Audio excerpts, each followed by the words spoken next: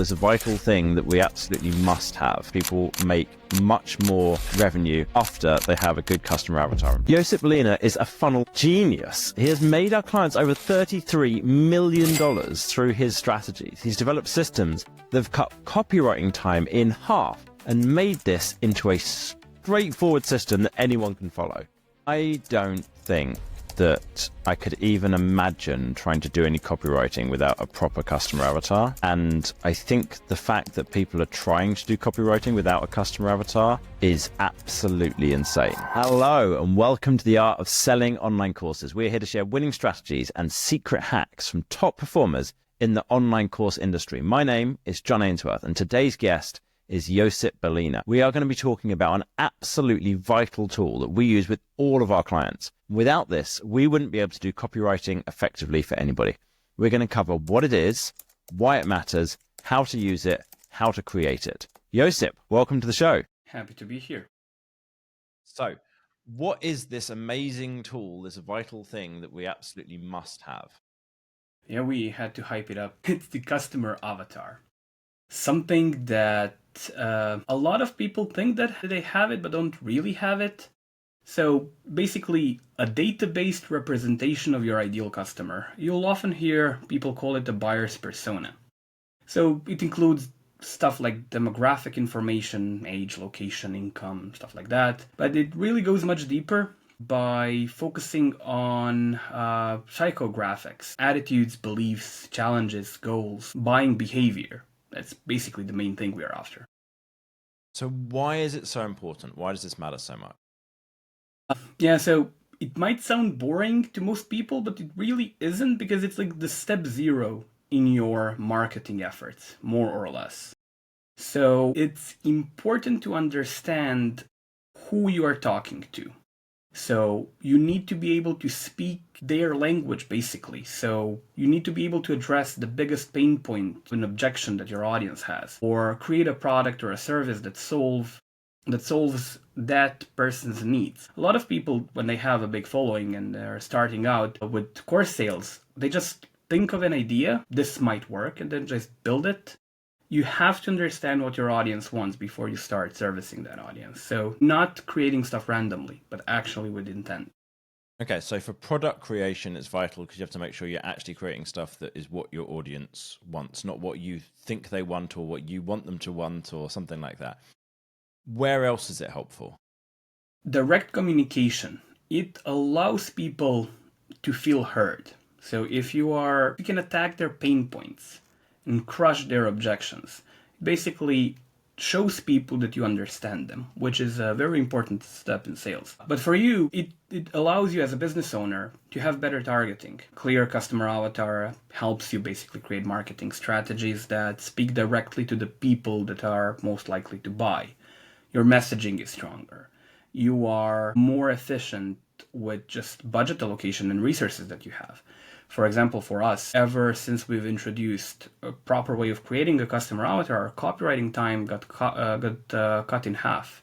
It was way back when we were starting out, like 5-6 years ago.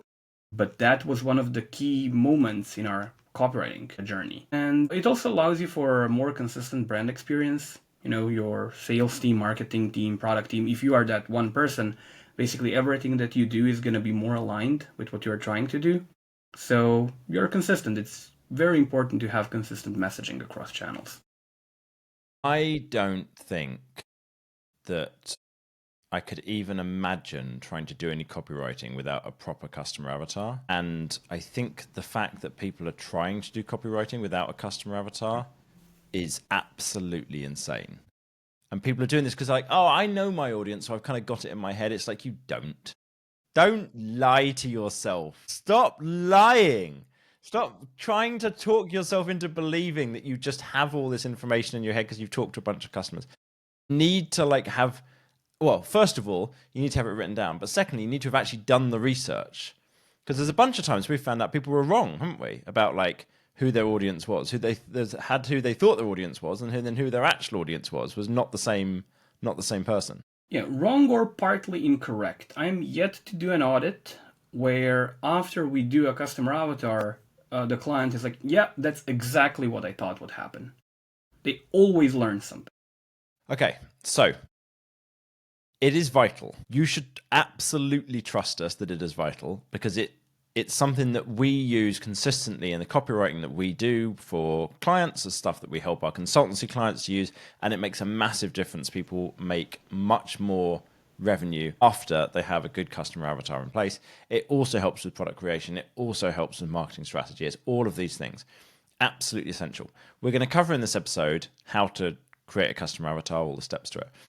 But we actually have a paid module of our course, or a module of our paid course, which takes you through step by step exactly how to do this, has all the templates in there, every single element about customer avatar creation. And it's normally only available to our paying clients.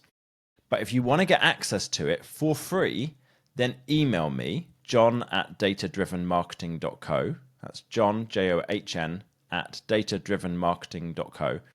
And I will give you access to that module of the course for free. Now, what you have to email me is a promise that you will actually create a customer avatar, and then I will look forward to you then creating it and sending me a copy of it once you've actually done the work on it. It's probably, how much work would you say it is? How many hours work would you say to create a customer avatar? About 4 hours in total, with doing all the prep and then reviewing the content. It was a lot more previously, but now with AI, you can cut a lot of the time that you spend on it. Cool. So 4 hours, that's the commitment that you're making when you actually reach out, plus the time you spend going through the course, I suppose, which you're going to learn how to do it. So if you want that, drop me an email, john@datadrivenmarketing.co. So where do people, we've covered a little bit of this, but where do people go wrong with creating a customer avatar? What's any of the mistakes that they make? I suppose one of the first ones is not doing it, right? Well, yeah, that's the first one, but with doing it, the biggest mistake is not doing it properly through a survey and having it based on data. You'll have a lot of customer avatars, and I've seen a lot of customer avatars that were designed based on what that person thought of their audience. Whether it's a CEO of the business, more or less CEO, or someone in charge of their marketing, but they would just put something together based on some data from their analytics, whether it's Google Analytics or YouTube Analytics, and their idea of who they're servicing. And it's better than not having it. It's definitely better than not having it, but it's often inaccurate. So no, if you want to do it right, you do it data-based. You do a survey and you go from there. So one of the terms that people use for customer avatar is ICP, Ideal Client Profile. And I think that's really dangerous in some ways, because people draw out who they wish their customer was, but it's not who their customer actually is. And so that they're talking to who they would love to have as an audience. But like everybody who we're working with has already got an audience of people. Those are the people who you are selling to. And if you are trying to talk to somebody else who isn't that audience, it's like it doesn't work, right? There's a very mixed messaging going on there. And so I think that's like a massive place where people go wrong when they write up these customer avatars when it's not based on survey data. Yeah, absolutely. So, even a simple survey where you'll ask them just a couple questions about what their struggles are and what they want to improve or do is a good step one. We normally send about 7 to 10 questions, open-ended more or less. And a lot of people think that the demographics data is what matters. It rarely matters. So you want more in-depth answers about what they want solved as an issue. Got it. Okay, so we've covered why it's important and where people go wrong with this. So when in the process, we've kind of covered this, but when in the process do people use, or do we use a customer avatar? Once we've got it created, we're going to use it when we're doing any copywriting work. Is there anything else? Any other points we use it? So that copywriting work is, for us, one of the most important bits. Now, for us, when we work on product creation, that's a must-have tool. So copywriting and content creation as like the top thing. Products and service creation, second thing. That basically means that you're going to be using it throughout your marketing funnel. And then it's very helpful for customer support and onboarding or offboarding people, but onboarding mostly, because understanding where customers get stuck. So challenges, fears, objections. That basically allows you to create better documentation, FAQs, and better onboarding processes. So those would be the top 3 or 4 things where you'd use your customer avatar for. Once you've got a customer avatar, what are the sections in it? What's the headings within the customer avatar? Yeah, so we have quite a few. I'll focus on some of the most important ones. And for those people who do sales and have experience with sales, you'll notice that a lot of those headings are related to the sales process as you would do it in person. Like the current situation. Where do they stand right now in their life or their business? For an example, for someone teaching language learning. For example, intermediate level English speaker who struggles to find practice partners. Understanding their current situation is super important because it then brings us to their challenges. The challenge is the main obstacle or difficulty that your ideal client would face. Example being breaking through a plateau, let's say a speaking plateau for someone trying to learn language. Then we go to pain points and frustrations. And this is a very important one because it's heavily used in Pain Agitate solution copywriting framework that we do. So pains and frustrations are basically emotional and practical frustrations that cause stress or dissatisfaction where people start to learn or trying to find a solution to their problem. English learning example again, feeling unintelligent when speaking English, or forgetting words or needing subtitles. Then the fourth, I think, one of the top headlines, issues that are causing them. So deeper reasons that cause those challenges. So why do they exist?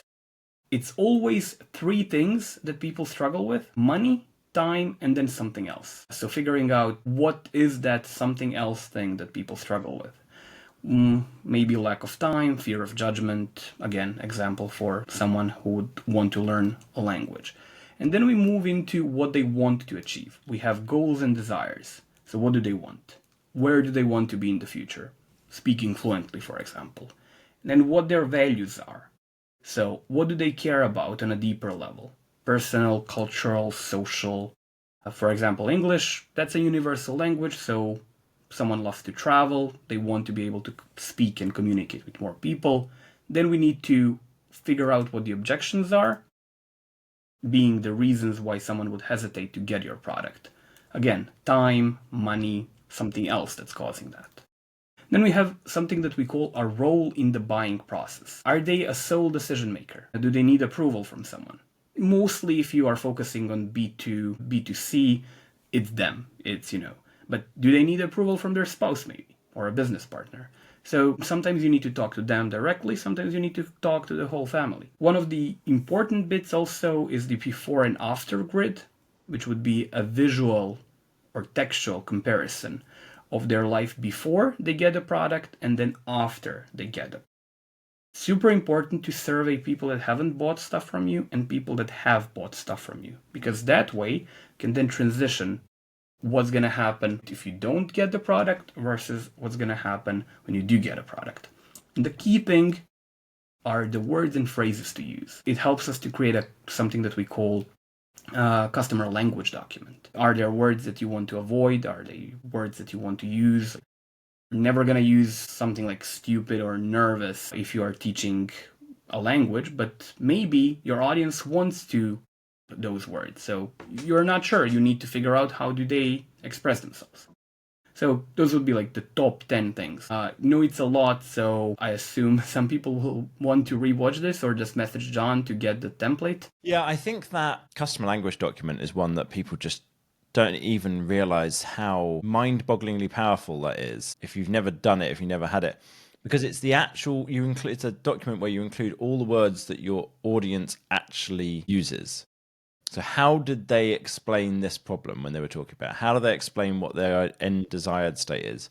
You have the curse of knowledge. As the course creator, you know everything about this topic. You know exactly how it works. You know all the jargon. You know all the issues, etc. And therefore, it's actually quite hard to put yourself into the position of the person who you're trying to help. Some of the things are so obvious to you that it's really hard to remember how little these people know about that thing. And so by using their words, like actually having this written out in this customer language document, by knowing exactly what their main pain points are, what their main desires are. So you have to mention those things. And then this is the words that they use when they describe that thing. This is the actual phrases they're using. Then you can just, copywriting actually becomes more like a game of like compiling it rather than like writing. It's not it's not actually nearly as creative of a process as people think it is doing copywriting. Good copywriting is much more about using all of the analysis and the data and pulling it all from the customer avatar, from the customer language document, from all of these different headings. All right, cool. So we've covered why this is important, where we use it, where people go wrong, and what all the different headings are. How do we actually create this thing? What is the process for creating a customer avatar? So you want to start, well, with a survey. That's the easiest bit. So you send out a questionnaire to existing customers or potential leads, and you ask them open-ended questions about their challenges, goals, and objections. You can also do one-on-one interviews. It's a lot more time-consuming, but it does get you pretty good. If you have the time, spending time on doing 10, 20 interviews over a period of that survey analysis might be a good approach for you. You can also do market research. So you look at relevant industries, trend analysis, forums, Reddit, Facebook, and get your customer feedback and reviews. It's very good to entice feedback from your customers, whether it's a product or a service. You comb through the reviews and testimonials to uncover what customers love or what they struggle with. And then if you have social media, just comments and replies. That's always a good starting point. But yeah, survey is something that I'd suggest starting with if you have the audience. So customer reviews, testimonials, survey, customer interviews, the crucial one of which being the survey of the audience. So what questions do you ask in the survey? Ideally open-ended questions around pain points and struggles. And basically those 10 things that we mentioned earlier, those headings. You are trying to create questions so that those headings get filled out, right? So what is their life looking like now? What do they want to achieve? Why it matters to them? What they like or don't like about a certain product or a problem or a service? Where do they see themselves in X amount of time? What are their goals? What are their desires? What frustrates them? Go from there. Got it. All right, cool. So you've written the survey. You've sent the survey out to your audience. Oh, do you send the same survey to buyers and non-buyers? Similar. I would say 80% similar, but with buyers, your main goal is to figure out how the product helped them and what else do they want. And with non-buyers, your main goal is to figure out why haven't they bought yet and what they want. So similar, I would say, to 80%. So if someone bought a product, some of the questions are going to be leading them to tell you how that product exactly helped them. And then the challenges are going to be more around, now assuming that the product helped you, what else do you want to learn or to improve? While with the initial set of people that haven't bought from you, your main goal or one of the goals is to figure out why they haven't bought. So being very direct, if you're doing a survey after a promo and asking them, in the last 2 weeks, we did a promo about product X. Can you tell me more about why you haven't decided to get that? Got it. All right, cool. So you collect all this data. Maybe you did the interviews. Maybe you went through testimonials, reviews, and comments from social media. You definitely did the survey. You got all the data. Now what? How do you analyze that? So definitely read through everything. It does tend to take some time, but it's valuable for you to understand what's actually written there. And then it's going to help you to identify the common themes. You highlight the quotes that seem like good quotes to be used in your marketing, and you focus on sorting that by relevance. So what we do is sort initially, if we have a lot of responses, we sort it out based on the length of the answer. It's an easy function that you can do in a spreadsheet, or you can get AI to do it for you now. And that basically helps you to build a narrative or a story about that, your ideal customer and their day-to-day life. Then you refine it and you validate that idea by talking or sharing it with some people and just getting their feedback on it. But definitely use AI to help you with it. AI ChatGPT can go through a lot of data quite quickly, and it's very good at identifying those themes. So, use AI if you can. Got it. Okay. So you collect all the data, you use AI to do the analysis of it, you collect it together into those 10 headings, you pull out the actual phrases that people use and you put those into your customer language document under those same headings. Now you've got this, then you can use that in your copywriting, your product creation, everything else. Fantastic. Are there any other steps that we've missed along the way here? One thing to note about the customer language document is to collect raw language.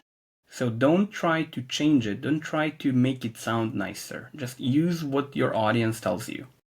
Copy and paste direct quotes, and ideally organize those quotes by theme, like pain points, goals, common objections. All of that is super helpful when writing sales pages and when writing sales copy. And try to use their language wherever you can. Actually builds good rapport with people. Yeah, the ideal is that people think, oh my God, it's like you've been reading my diary. It's like you're inside of my head. You understand my inner thoughts I've never told anybody. And you do that by doing the survey, collecting all the data, and then being able to actually use their language back to them again. Okay, cool. So we've gone through everything here, like why this really matters, how it works, when to use it, what all the headings are, how to collect the data for it, how to do the analysis of it. But if you want more detail on like, okay, step by step, exactly how do I put this together? Can you give me the templates for this? Exactly how to do every single part of it? If you want that, then just drop me an email, john@datadrivenmarketing.co, and include in that email, like put as the title or the subject line, customer avatar, and include in that email, just tell me I'm actually going to create this. I'm going to do the work on this. And then I will give you access to that module for free. Like I said, normally this is only available to our paying clients, but we decided to make this episode as useful as we possibly could. Wanted to make sure you have access to this as well. As always, thank you so much for listening. Really, really appreciate you. If you found the interview useful, you want to get future episodes, then subscribe wherever you listened. And thanks, Josip, so much for coming on and sharing your wisdom. Yeah, sure. Happy to be here.